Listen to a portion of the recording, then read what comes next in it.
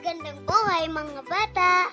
Tara, samahan ninyo akong matuto kasama si Teacher Aika, your online teacher. Please don't forget to subscribe, like, share, and hit the notification bell for more videos. Thank you! Matatag Curriculum, PE and Health, Grade 5, Quarter 1, Lesson 4 to 8. Our topic for today is about Foundations of Physical Education, Exploring Movement, Fitness, and Game Concepts. This is Teacher Aika, your online teacher. Let's start! Learning competencies. Perform physical activities using striking or fielding game concepts with agility, balance, coordination, and speed for active living. A. Locomotor skills by avoiding an object or obstacles, and B. Manipulative skills by sending or propelling an object to an intended area. Learning objectives. First, perform locomotor and manipulative skills by playing striking and fielding games. Second, play striking and fielding games with agility, balance, coordination, and speed. Third, apply the movement and game concepts of playing, striking, and fielding games using 21st century skills. And fourth, practice inclusivity in playing, striking, and fielding games with everyone.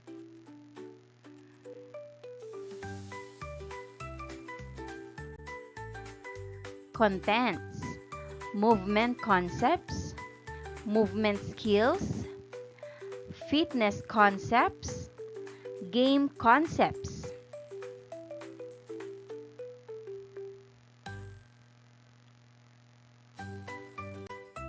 Week 4. Topic number 1. Movement concepts, movement skills, fitness concepts, game concepts in striking and fielding games.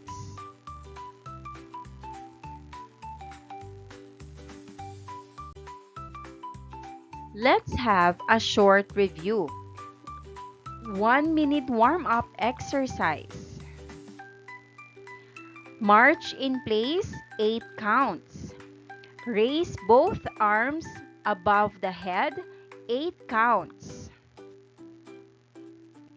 Stretch to the right with both arms raised above the head, 8 counts.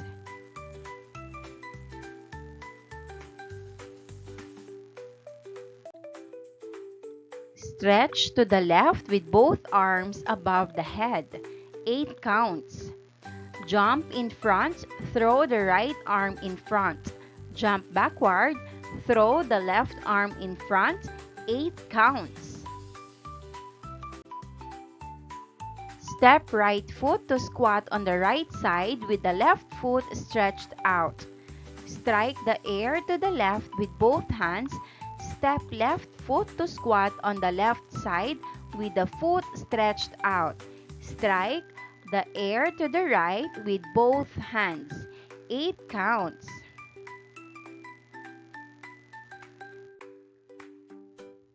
Step right foot to the right side. Kick left foot in front. Step left foot to the left side. Kick right foot in front. 8 counts. March, 4 counts. Inhale and exhale, 4 counts. Think, pair, share. 1. What movement skills are involved in the warm-up exercise? 2.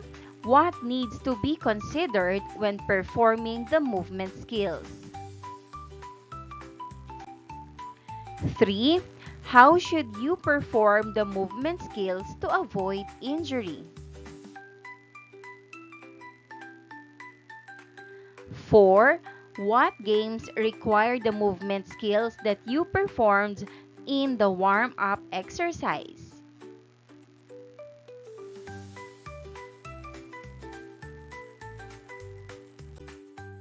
Let's answer.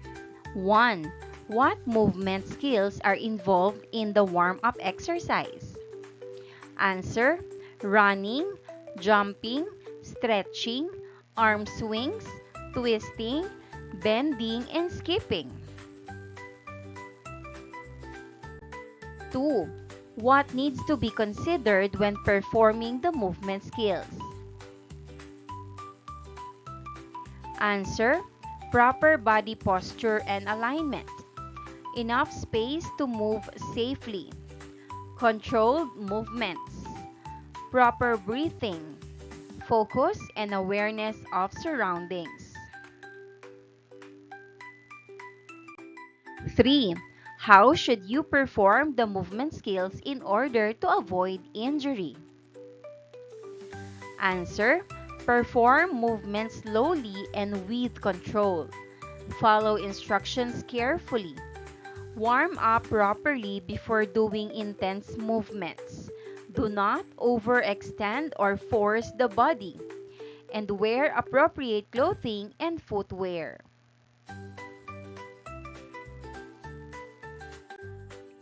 4. What games require the movement skills practiced in the warm-up exercise? Answer: baseball, kickball, tumbang preso, batuhang bola o dodgeball, softball, patintero, catching and throwing games.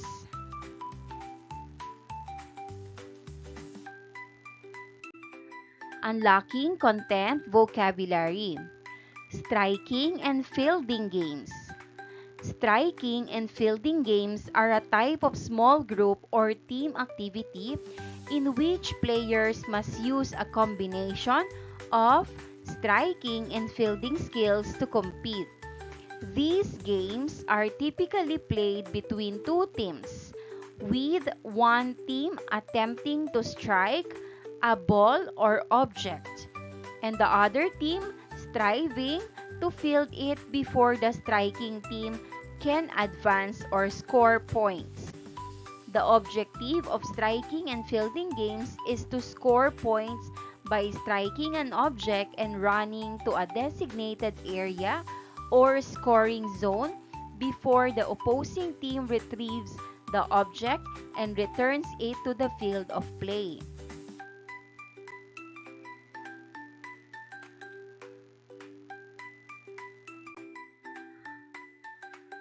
Explicitation. A. Finding the answers from the word bank. This is a group activity. Group the class into two. Ask each group to form a circle to allow them to discuss and work together. Post the question and the word bank on the board and ask the students to discuss their answers to the questions and find the word or words on the word bank. And here's the word bank: running, agility, coordination, offense, baseball, proper stance, throwing, catching, balance, tumbang preso, proper footwork, batting, speed, defense, and kickball.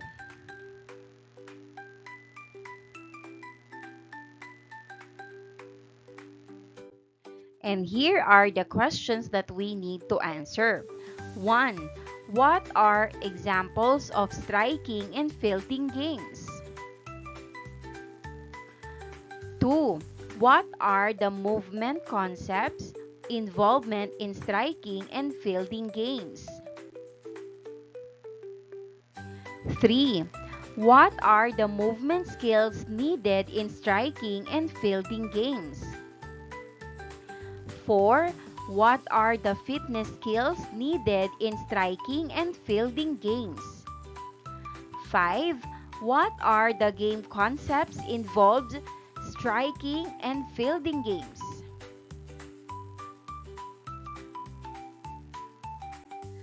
Let us answer the questions. 1. What are examples of striking and fielding games? Answer: baseball, softball, kickball, cricket, tumbang preso, and rounders. 2. What are the movement concepts involved in striking and fielding games? Answer: space awareness, knowing where to move.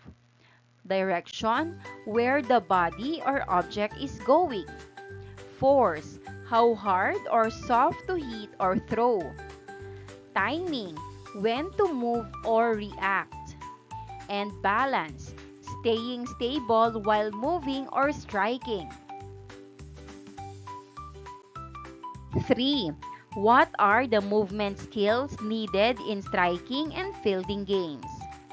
Answer: throwing, catching, striking with hands, bat, or foot, running, jumping, and dodging.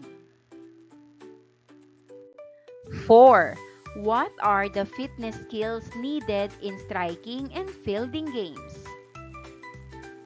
Answer: agility, quick changes in direction. Speed, running fast to field or score. Coordination, hand-eye coordination for hitting or catching. Power, strong hits or throws. Endurance, sustained physical activity over time. Flexibility, moving freely and easily.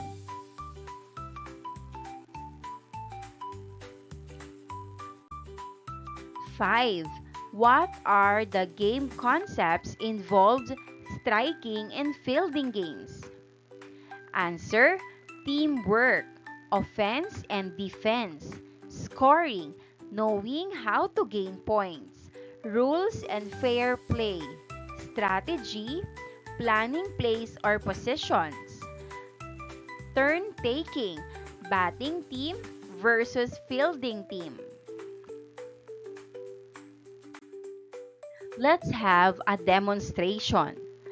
Proper stance and footwork in throwing, swinging or batting, and catching by highlighting key points such as keeping the eyes on the target, maintaining balance, transferring of weight, and following through a strike or throw or kick.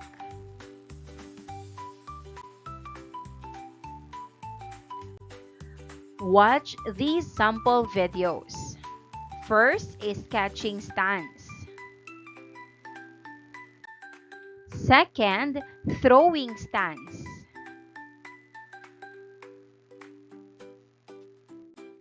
Third, batting stance.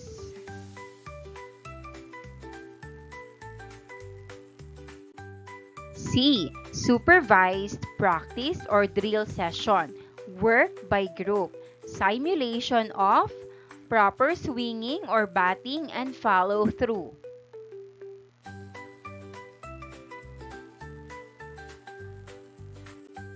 Simulation of proper throwing and follow through.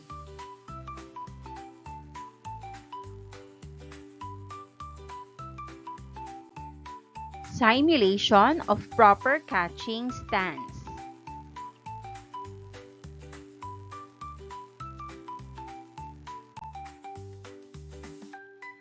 Note: ask volunteers from each group who will lead and facilitate the simulation of the movement skills. During the simulation group activity, the leader ensures that the group does first all the movement skills. After doing the movement skills as a group, each member performs each movement skill. Instruct the students to use their dominant hand and feet when doing the simulation drill.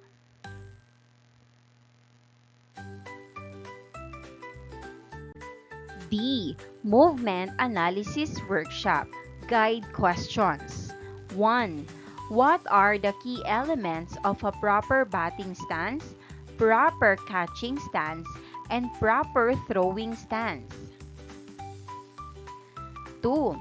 How does food placement contribute to balance and power generation in throwing, batting, and catching? 3. What are some techniques for absorbing the impact of a catch to minimize the risk of injury? And 4. What strategies can we use to maintain focus and concentration when tracking a flying object? Example, ball.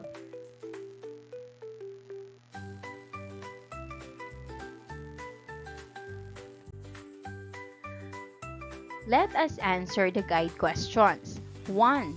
What are the key elements of a proper batting stance, proper catching stance, and proper throwing stance? Answer. Batting stance. Feet shoulder width apart for balance. Knees slightly bent. Weight evenly distributed, slightly on the balls of the feet. Hands holding the bat comfortably above the rear shoulder.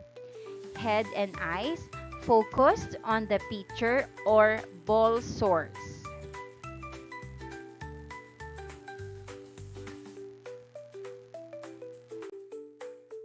Next is catching stance. Feet shoulder width apart or staggered. Knees bent for mobility. Glove position, open and ready, slightly in front of the body. Eyes tracking the ball. Body relaxed but alert, ready to move in any direction. Last is throwing stance. Feet staggered with the non-throwing foot forward. Knees slight bend to generate power. Shoulders aligned with the target. Arm position, throwing arm cocked back at 90 degrees. Glove hand pointing toward the target. Core engaged to transfer energy from legs to arm.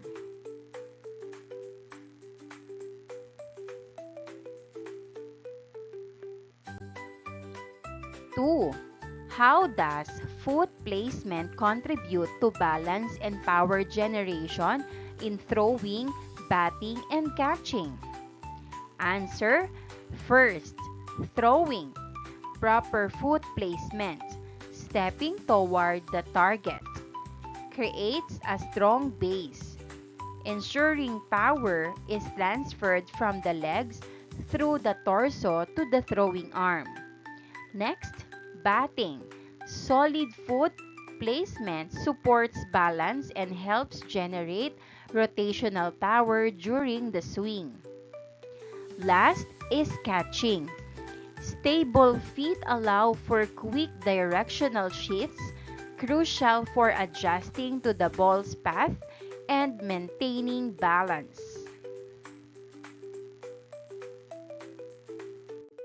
3. What are some techniques for absorbing the impact of a catch to minimize the risk of injury? Answer. Use of soft hands. Slightly retract hands and arms as the ball makes contact to give with the force.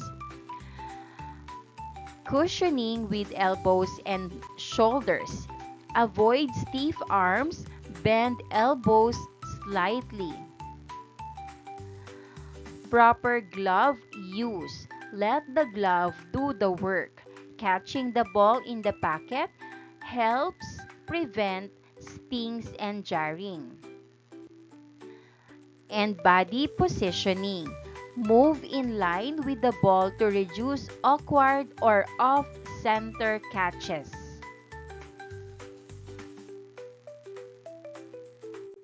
Four. What strategies can we use to maintain focus and concentration when tracking a flying object? Example, ball. Answer, eyes on the ball. Maintain visual contact from the moment the ball is released. anticipation. Predict the trajectory based on the ball speed, angle, and spin. Minimize distractions. Black out crowds, noise, or movement using mental focus techniques.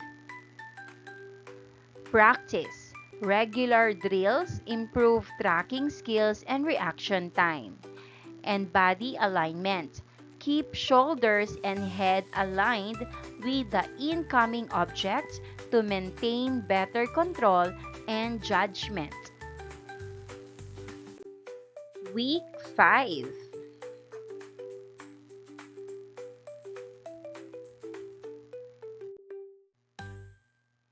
Worked example. Note, ensure that the students will have their 5 to 7 minute exercise before engaging them in the following activities.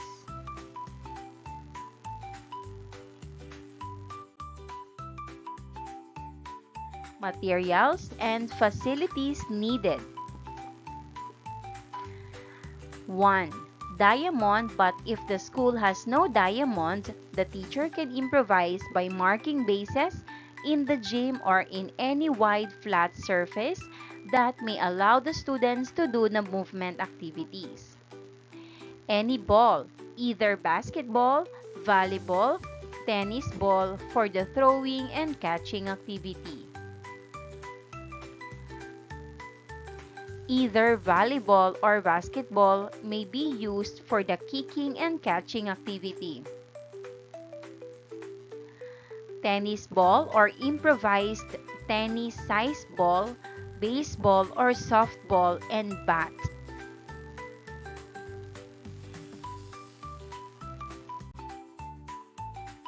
Let's have the skill drill or practice session, striking and fielding challenge.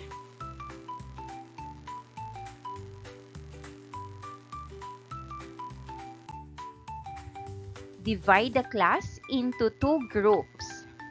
First, run the base. All team members of each group shall complete the run in the diamond. The run starts and ends in the home base. Second, throwing and catching station. One team will be assigned to throw and the other team will be the catchers.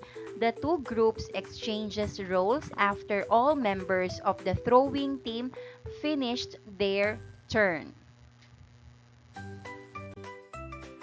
Third, kicking and catching. One team will be assigned to kick the ball and the other team will be the catchers. The 2 groups exchanges roles after all members of the kicking team finished their turn. Fourth, pitching, batting, catching, and throwing. One team will be assigned as the batter and the other team will be assigned as catchers. The batter team shall choose their pitcher. The batter team shall do the same when it is their turn to bat.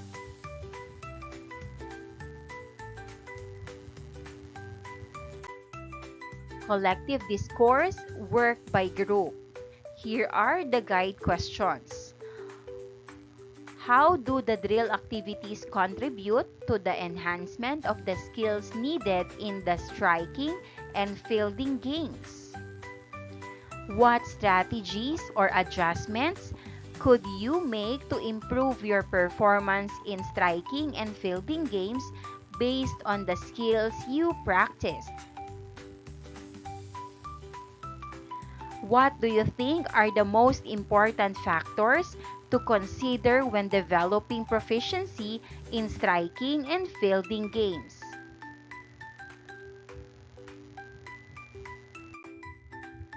Let us answer the questions. 1. How do the drill activities help improve striking and fielding skills? Answer. The drills help us run faster, hit or kick the ball better, catch more easily, and throw more accurately. They also teach us to work as a team and focus on the game. 2. What strategies or adjustments can you make to improve your performance?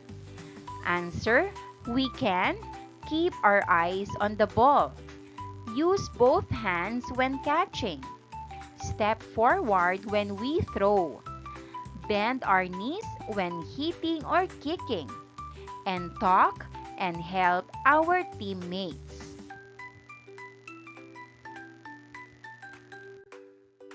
3. What are the most important factors to get better at striking or fielding games?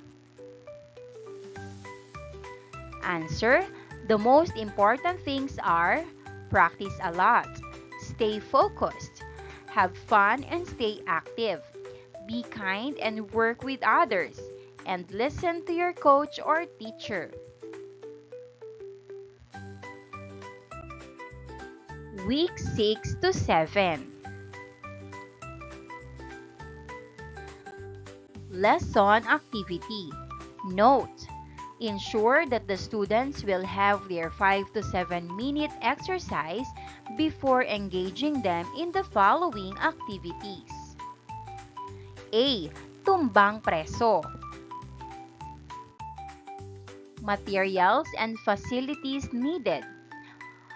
1. Any wide flat surface that may allow the students to do the movement activities. 2. Tin can. 3. Markers or masking tape to mark the toe line or target line and the circle where the tin can shall be placed. 4. Slippers. Note: the slippers should have been given as an assignment to the students before the day of the activity. These will be used as the pamato during the game. Mechanics of the game. In this game, a member of the class will be assigned as the it. The it will guard the empty can and the hitters. To determine who will be the it, all the players will have to throw the pamato to the toe line, and whose pamato is the farthest from the toe line will be the it. The rest of the players will be hitters. The hitters will then line up at the back of the toe line, and at the sign of the it, the game is started.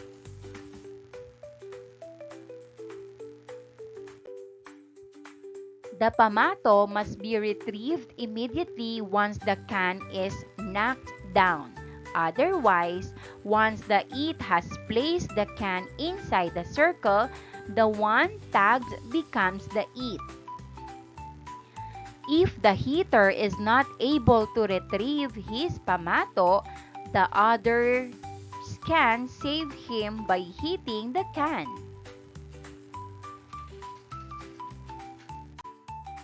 Skills Assessment Matrix. Here are the fitness components: agility, coordination, speed, flexibility, body composition, balance, reaction time, communication, and collaboration. Is it needed or not needed?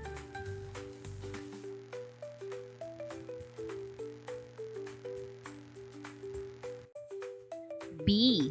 Kickball. Materials and facilities needed. 1. Any wide flat surface that may allow the students to do the movement skills. 2. Any ball, whatever is available, like basketball, volleyball, soccer. 3. Markers or masking tape to mark the kicking spot. Mechanics of the game. Kickball usually played on a diamond, but it can also be played on a type or any type of surface. The teacher may decide the number of innings. The team sizes can vary, and the order of kickers is not specified.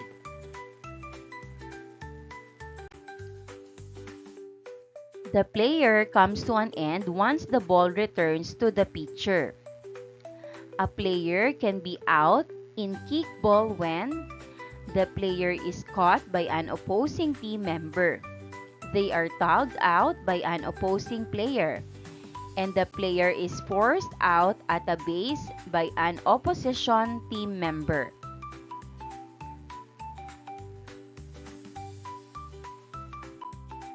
To score in the game, a runner simply must safely reach the home plate before the end of an inning. And the team with the most home runners wins the game.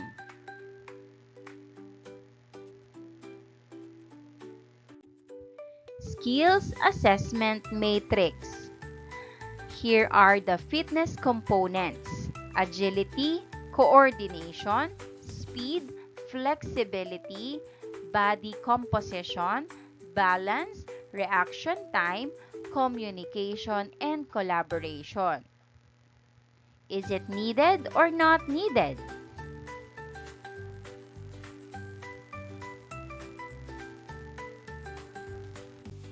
C. Hit the zones. Materials and facilities needed. 1. Any wide flat surface that may allow the students to do the movement skills. 2. Any ball, whatever is available, like basketball, volleyball, soccer, football, ball, or plastic ball. 3. Markers or masking tape to mark the kicking spot. Note, if there is no baseball or softball bat, the students may use tennis racket or any improvised paddle. If there are no accessible batting equipment, the game may be modified. Instead of batting the ball, the students will kick the ball. 4. Markers or masking tape to mark the hitting area and the zones. Mechanics of the game. Group the class into 2.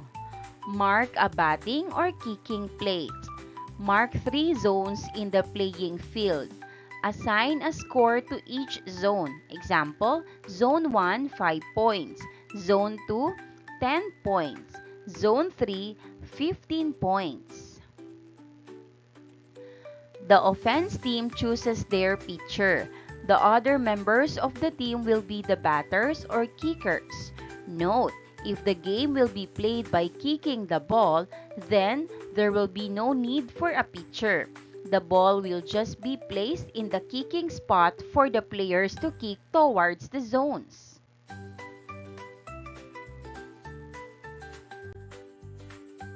The offense team assumes the role of the defense team, and vice versa. After the offense team members have finished their turn of batting or kicking the ball, the team who gains the highest total score wins the game.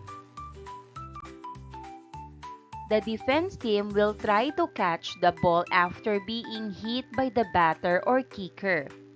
The score of the offense team will depend on the zone where the ball is caught by the defense team.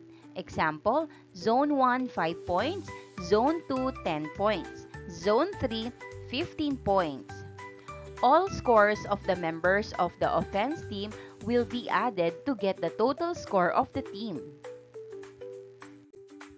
Skills Assessment Matrix.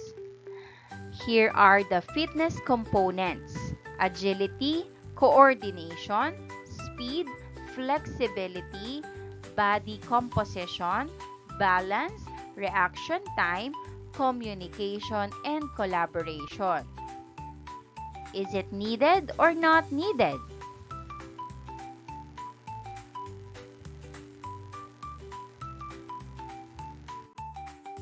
Learners' takeaways. Let us answer or complete the following statements. The skills that I need to enhance to play well in striking and fielding game include throwing, catching, running, and hitting the ball. striking and fielding games need teamwork, focus, and quick movement.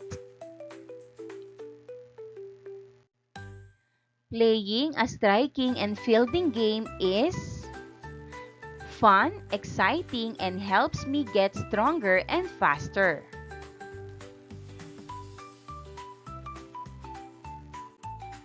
I can show inclusivity when playing striking and fielding games by sharing the ball, cheering for others, and letting everyone have a turn.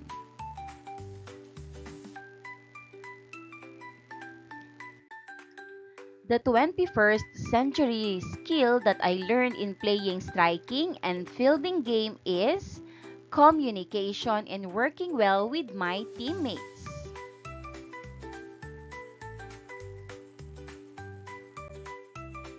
I plan to practice blank to improve my performance in striking and fielding games. Answer: I plan to practice catching and aiming when I throw to improve my performance in striking and fielding games. Week 8. Graded play. Hit the zone. Lead a 5 to 7 minute group exercise. After the group exercise, divide the class into 2 teams. Each team will choose their group leader. Assign each group a place or corner to practice and prepare for their graded game. After the practice time, administer the graded game. Make sure that there will be equal number of members per group. The team that will earn the total highest point will win the game. Note: the suggested score for the winning team will be 15 points and the losing team will get 10 points. The score assigned to the winning and losing team may be modified by the teacher.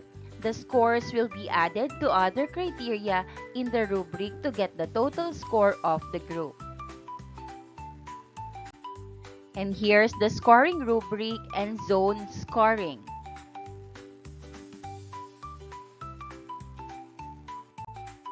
Here's the score sheet for every group. Note: after the practicum, show the score sheets to the group members. Ask the students to reflect and evaluate their individual and group performance and prepare their plan of action. And here's the individual plan of action. What did I miss doing during the game? What I plan to do next time to improve my game performance? Here's the group plan of action. What did we miss doing during the game? And how do we plan to do next time to improve our group performance? Maraming salamat sa panonood! Huwag kalimutang i-like at mag-subscribe para sa higit pang educational content. I-click ang bell icon para ma-update ka sa ating mga bagong video. Salamat!